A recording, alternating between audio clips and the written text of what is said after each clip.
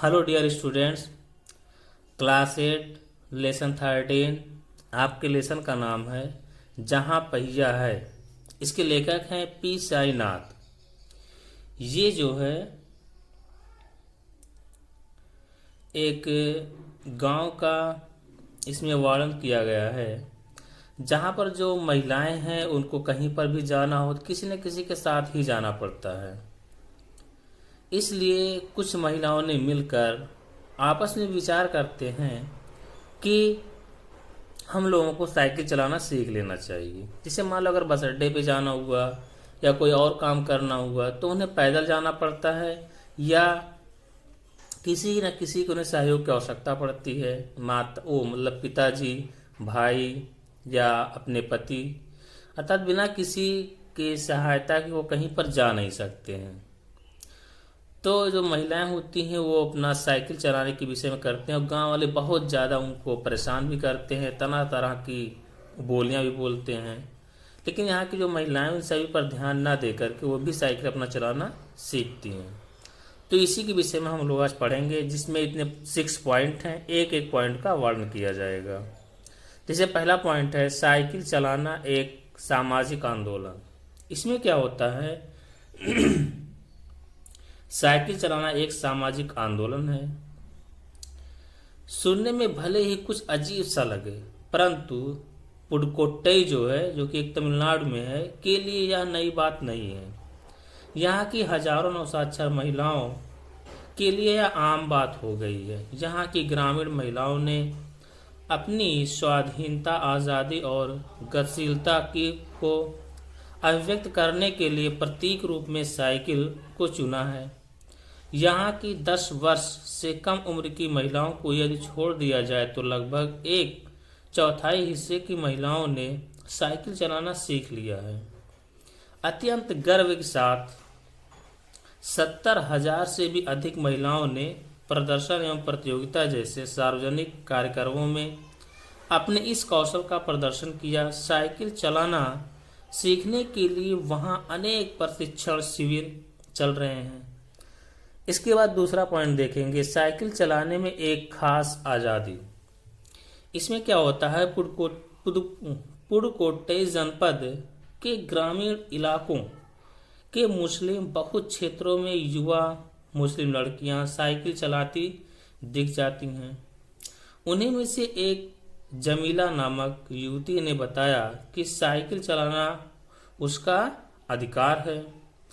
अब वह कहीं भी जा सकती है और उसे बस का इंतजार भी नहीं करना पड़ेगा। शुरू शुरू में लोग साइकिल चलाते देख फब्तियां कसते थे, अर्थात बोलियां बोलते थे, पर उसने ध्यान ही नहीं दिया। इसी तरह फातिमा एक माध्यमिक स्कूल में पढ़ती है। साइकिल खरीदने की स्थिति न होने पर भी वह हर शाम को आधे घंटे के लिए साइकिल किराए पर लेती है। जमीला, फातिमा और अवन्नी, जिनकी उम्र 20 वर्ष के करीब है, ने अपने समुदाय की अनेक लड़कियों को साइकिल चलाना सिखाया। इस जिले में साइकिल की धूम है, एकदम धूम मची हुई थी। इनमें महिला खेतिहर मजदूर, खदानों में काम करने वाली औरतें, नर्स और आंगनवाड़ी में कार्य करने वाली, स्कूल की अध्यापिकाएं आदि अनेक वर्गों की औरतें हैं। एक नवसाक्षर महिला ने तो साइकिल चलाने और अपनी व्यक्तिगत आज़ादी के बीच सीधा संबंध होता है। इसके बाद देखेंगे तीसरा पॉइंट, महिलाओं में आत्मविश्वास। इन सब में कितना अधिक आत्मविश्वास था। साइकिल आंदोलन ने महिलाओं को बहुत आत्मविश्वास प्रदान किया है। उनकी पुरुषों पर निर्भरता कम हो गई है। 4 किलोमीटर दूरी से सामान लाने, पानी लाने जैसे काम करने के लिए बच्चों के साथ वे स्वयं जाती हैं। शुरू शुरू में लोगों ने इन पर कटाक्ष तो किया, मतलब कि बहुत ज़्यादा बोलियां बोलते थे, पर धीरे धीरे इसे सामाजिक स्वीकृति मिल गई, अर्थात लोगों ने इसे स्वीकार कर लिया कि महिलाओं को भी साइकिल चलाना सीखना चाहिए, जिससे क्या होगा, जो काम वो पढ़ते हैं उसमें क्या होगा, आसानी हो जाएगी। इसलिए इसके बाद क्या होता है,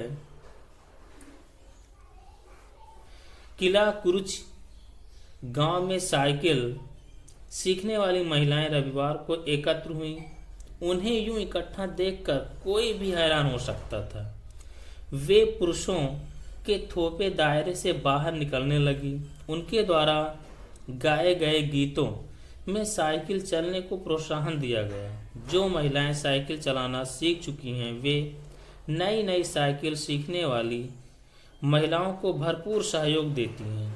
सन 1992 के अंतर्राष्ट्रीय महिला दिवस पर हैंडल पर झंडियां लगाए घंटियां बजाती हुई साइकिल पर सवार 1500 महिलाओं ने पुडुकोट्टई में तूफान ला दिया था।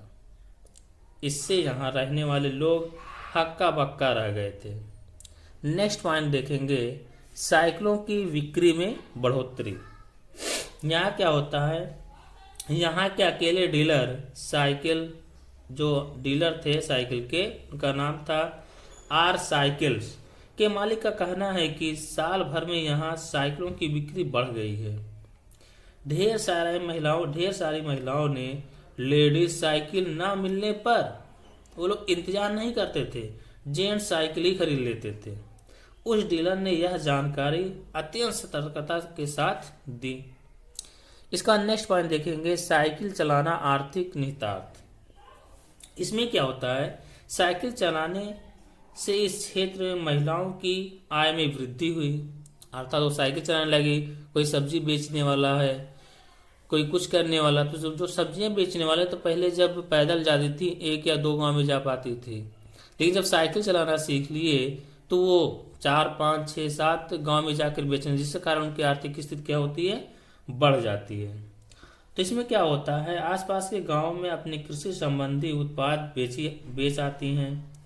इन्हें बसों का इंतजार नहीं करना पड़ता, उनका समय बचता है। वे खराब परिवहन व्यवस्था वाले क्षेत्रों में भी जा सकती हैं। छोटे उत्पादकों को बस का इंतजार नहीं करना पड़ता है। बस स्टॉप तक पहुंचने के लिए अब महिलाओं को पति, बेटे, पिता या भाई पर निर्भर नहीं रहना पड़ता है। इन महिलाओं को साइकिल पर आगे बच्चे बैठाए पीछे कैरियर पर सामान लादे या पानी के बर्तन को घर ले जाते देखा जा सकता है। लास्ट पॉइंट इसमें है आत्मसम्मान की भावना का विकास। इसमें देखेंगे महिलाओं के अंदर क्या हो गया था, आत्मविश्वास आ गया था कि हमें अब किसी की आवश्यकता नहीं है, अपना काम स्वयं कर सकते हैं। इसमें क्या होता है, साइकिल प्रशिक्षण से महिलाओं में आत्मविश्वास की भावना विकसित हुई, बहुत अधिक बढ़ गई। फातिमा के अनुसार साइकिल किराए पर लेकर वह पैसे ही गंवाती है, पर हर शाम साइकिल किराए पर लेकर आज़ादी और खुशहाली का अनुभव करती है। एक महिला के अनुसार लोगों के लिए यह समझना कठिन है कि ग्रामीण महिलाओं के लिए साइकिल चलाना कितनी बड़ी चीज है। उनके लिए तो यह हवाई जहाज उड़ाने जैसी उपलब्धि है। तो इस कहानी से ये शिक्षा मिलती है कि जो स्त्रियां होती हैं उनको भी आत्मनिर्भर होना चाहिए, अर्थात अगर स्त्रियां चाहें तो किसी भी काम में पुरुषों से कम नहीं है। चाहे पढ़ाना हुआ तो महिलाएं भी वो कार्य कर सकती हैं, या साइकिल चलाना हुआ, या मान लीजिए बाइक चलाना, कोई भी कार्य हो तो महिलाएं इसमें कभी भी पीछे नहीं रहेंगी यदि उनको कार्य करने के लिए आज़ादी प्राप्त हो। क्योंकि देखा जाता समाज में कि कुछ लोग ऐसे होते हैं जो महिलाओं को कुछ ऐसे कार्य होते हैं जो करने से मना किया जाता है, अर्थात उन्हें उस कार्य में आज़ादी नहीं मिल पाती है। और कुछ गांव भी ऐसे होते हैं जहां महिलाओं को आज़ादी न मिलने के कारण वे किसी भी कार्य में निपुण नहीं हो पाते हैं। यदि महिलाओं को आज़ादी मिले तो पुरुषों से भी वो आगे बढ़ सकती हैं। इस कहानी में यही बताया गया है कि महिलाओं को हर एक कार्य में आज़ादी मिलनी चाहिए, जिससे महिला और पुरुष एक साथ कंधे से कंधा मिलाकर समाज में जो हो रहा है उस सब का उन सब में बढ़ोतरी हो और हमारे समाज का विकास भी हो सके और महिलाओं को भी उचित सम्मान मिल सके। Okay, best of luck.